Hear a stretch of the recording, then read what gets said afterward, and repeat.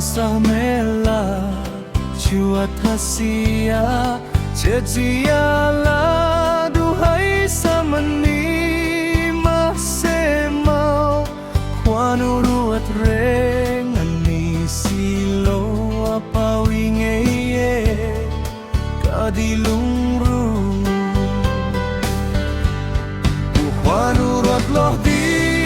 mau kalotan nanangeye tuhriat silohian rem teise kahlindon siama semo nang nenchuan baite arem silo arem lani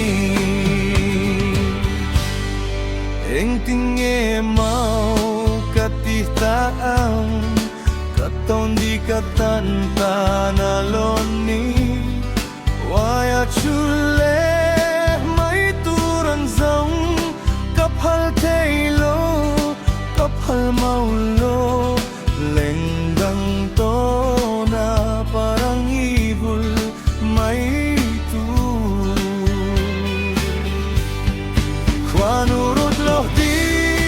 mau kalotan nanangeye tuhriat silohian rentei se kahlindon siama semau nang nenchuan boite arem silo arem loani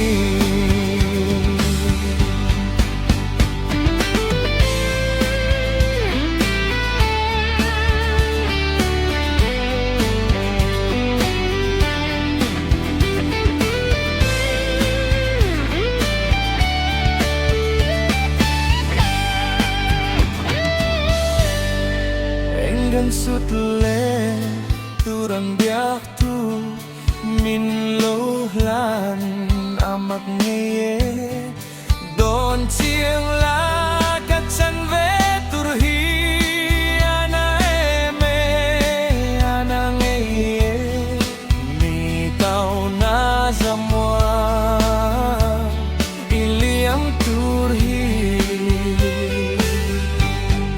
kwanurut loh di